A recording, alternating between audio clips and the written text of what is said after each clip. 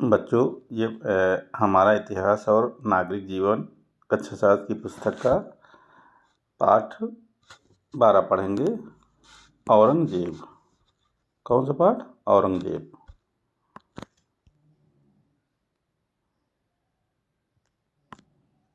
औरंगजेब मुगल वंश का अंतिम शक्तिशाली शासक था।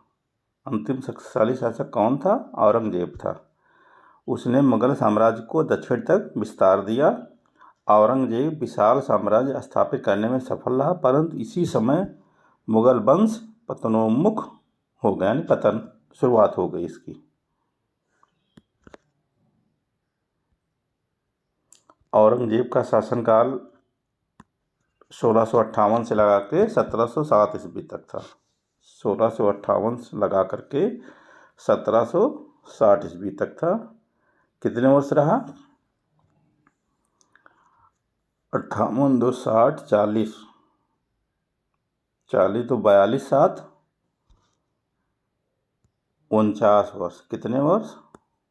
49 वर्ष। औरंगजेब का शासनकाल 49 वर्ष रहा। शाहजहां के बाद औरंगजेब 1658 ईस्वी में सिंहासन पर बैठा। उसने शासन की बागडोर संभालने के बाद तड़क भड़क त्याग करके सादगी का जीवन अपनाया। औरंगजेब गद्दी पर बैठने के बाद बिल्कुल सादगी का जीवन अपनाया। ये भी क्वेश्चन पूछा जाता है। उसने क्या किया? मदिरा यानी शराब, भांग आदि के सार्वजनिक सेवन पर प्रतिबंध लगा दिया, यानी धूम्रपान निषेध औरंगजेब ने कर दिया। सार्वजनिक स्थानों पर मदिरा, भांग आदि के सेवन पर प्रतिबंध लगा दिया तथा अनैतिकता को रोकने तथा जन आचरण पर नज़र रखते हुए मुहतसिब नामक अधिकारी नियुक्त किए। ये भी काफ़ी क्वेश्चन पूछा जाता है। तो शराब और भांग के सेवन पर सार्वजनिक स्थानों पर प्रतिबंध किसने लगाया? तो औरंगजेब ने लगाया।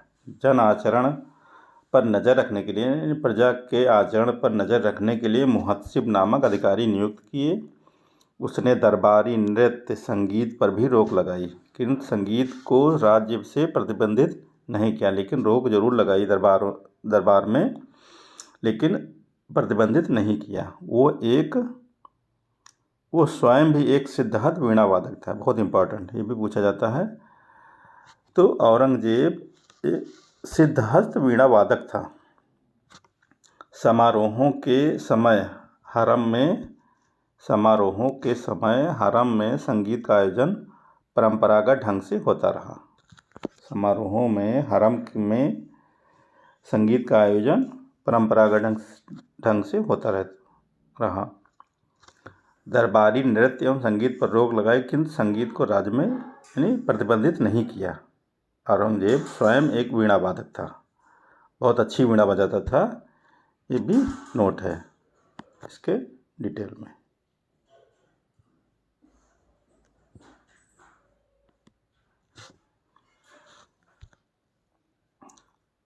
मुस्लिमों से ज़कात धार्मिक कर लिया जाता रहा। मुस्लिमों से ज़कात यानी धार्मिक कर लिया जाता रहा था। गैर मुस्लिमों से जजिया कर की पुनः वसूली प्रारंभ कर दी गई। तो ये भी क्वेश्चन पूछा जाता है, जजिया कर की पुनः वसूली किसने स्टार्ट कराई? तो ये औरंगजेब ने स्टार्ट कराई। औरंगजेब को शासन ग्रहण करते ही अनेक जटिल समस्याओं का सामना करना पड़ा। मुगल साम्राज्य में अधिकारियों की संख्या बढ़ती जा रही थी, जिसके लिए पर्याप्त जागीरें तथा वेतन की व्यवस्था होना आवश्यक था।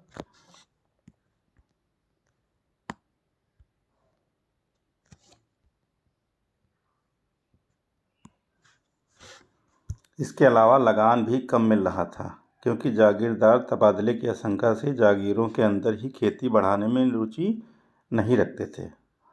औरंगजेब की स्थिति एक ऐसे वैद्य के समान थी जिसके पास एक अनार हो और 100 बीमार हों। अधिकारियों का बहुत बड़ा अंबार इसके पास लग गया, जिसमें हिंदू सैनिक सबसे ज़्यादा थे। हिंदू अधिकारी अगर पूछा जाए तो मुगल साम्राज्य में सबसे ज़्यादा हिंदू अधिकारी इसी के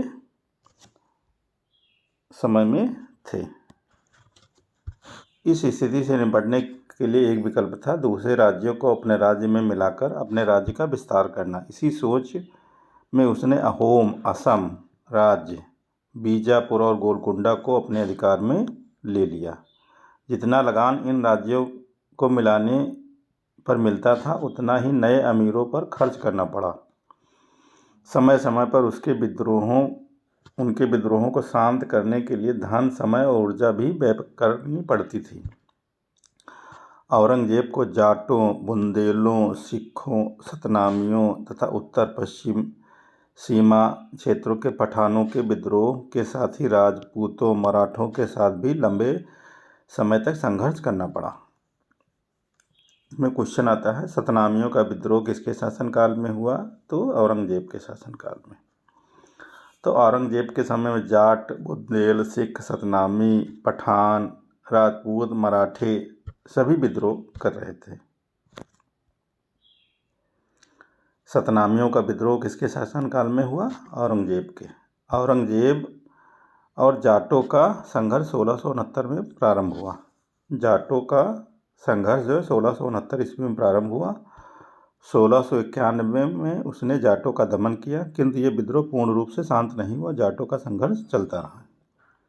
इसके अतिरिक्त मेवात, नारनौल में के सतनामियों ने भी समय समय पर विद्रोह किया। मेवात और नारनौल के सतनामियों ने भी विद्रोह किया। सतनामियों का विद्रोह किसके शासनकाल में हुआ? तो ये औरंगजेब के शासनकाल में सतनामियों का विद्रोह। काफ़ी क्वेश्चन पूछा जाता है।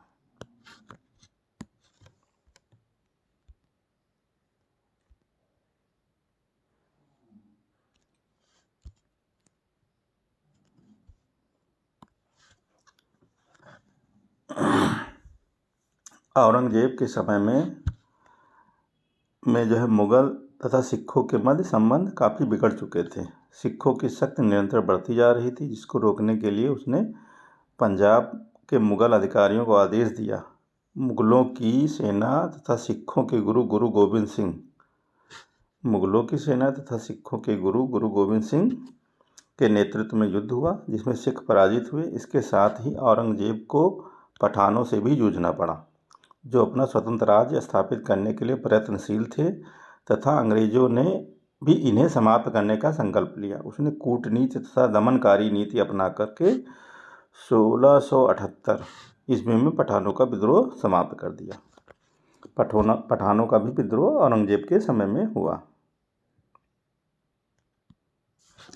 औरंगजेब को राजपूतों का भी सामना करना पड़ा। यद्यपि उसे स्वयं राजगद्दी प्राप्त करने में अनेक राजपूत सरदारों का सहयोग प्राप्त हुआ। उसने राजपूत राजा जय सिंह तथा जसवंत सिंह आदि को उच्च पद पर तथा मनसब प्रदान किए।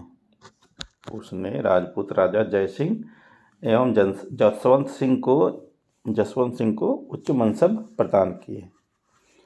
किंतु मारवाड़ के शासक जसवंत सिंह की मृत्यु के बाद उस राज्य के उत्तराधिकार के पद को लेकर औरंगजेब तथा राजपूतों के बीच संबंध खराब हो गए। अतः राजपूत मुगलों के विरुद्ध हो गए, जिसका मुगल साम्राज्य पर अच्छा प्रभाव नहीं पड़ा।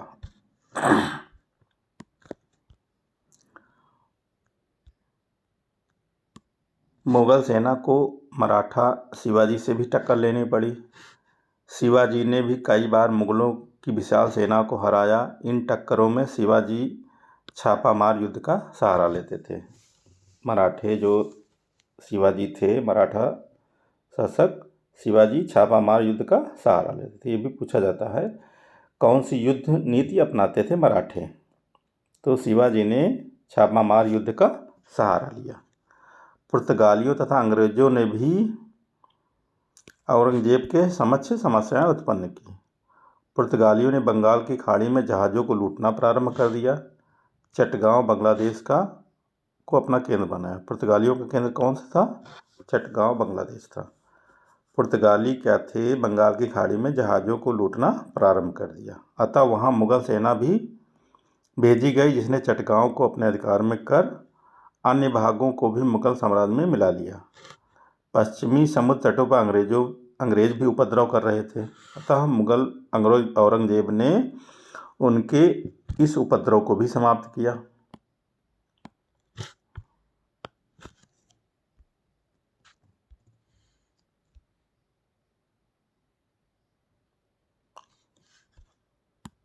औरंगजेब की मृत्यु तक मुगल साम्राज्य दक्षिण तक फैल चुका था। पूरे साम्राज्य का नियंत्रण उत्तर भारत से ही होता था। बहुत दूर होने के कारण दक्षिण भाग भी पर प्रभावशाली नियंत्रण रखना संभव नहीं था। इसके कारण दक्षिण भारत के राज्य अपने को स्वतंत्र कराने के लिए प्रयत्नशील रहते थे। मुगल साम्राज्य के पतन का कारण यूरोपियों का भारत में आगमन भी था। यूरोपियों का भारत में आगमन मुगल साम्राज्य के पतन का कारण बना। पहले उन्होंने भारत से व्यापार करने के लिए मुगलों से इजाज़त मांगी, परंतु धीरे धीरे उन्होंने भारतीय राजनीति में दखल देना शुरू कर दिया और भारतीय राज्यों में अपना प्रभुत्व स्थापित करने लग गए। धीरे धीरे उन्होंने भारत में अंग्रेजी राज्य की स्थापना की। 200 वर्ष तक भारत में राज्य किया। इसके अलावा नादिर शाह व अहमद शाह अब्दाली का आक्रमण भी मुगल साम्राज्य के पतन का कारण बना। नादिर शाह फारस यानी ईरान का शासक था। उसे ईरान का नेपोलियन भी कहा जाता है। नादिर शाह को ईरान का नेपोलियन भी कहा जाता है। भारत की अपार धन संपदा से आकर्षित होकर 1739 में मुगल बादशाह मोहम्मद शाह के शासनकाल में उसने भारत पर आक्रमण किया। 1739 ईस्वी में मुगल शासक जो था मोहम्मद शाह के शासनकाल में नादिर शाह ने भारत पर आक्रमण किया, जिसे नादिर शाह को ईरान का नेपोलियन भी कहा जाता है। नादिर शाह भारत का कोहिनूर हीरा, तख्ते ताऊस सहित अनेक कीमती सामानों को लूटकर अपने साथ ले गया।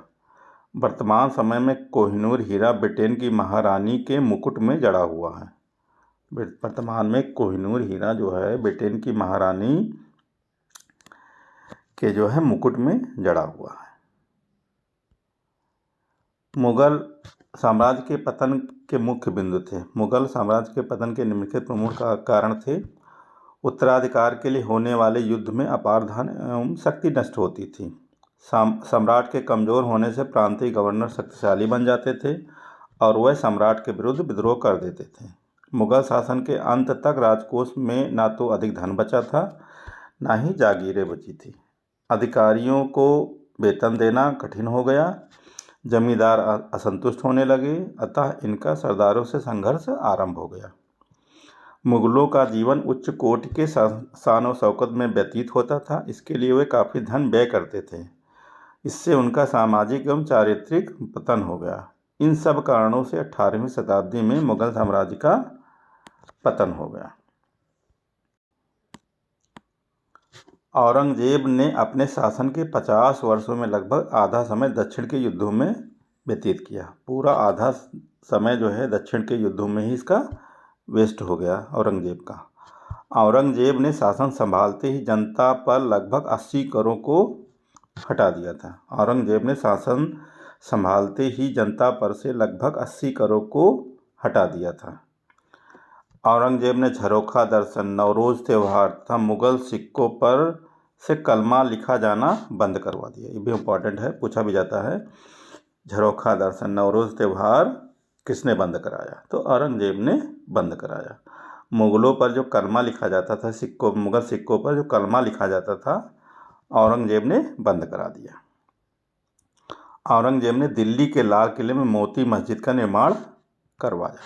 औरंगजेब ने दिल्ली के लाल किले में मोती मस्जिद का निर्माण कराया।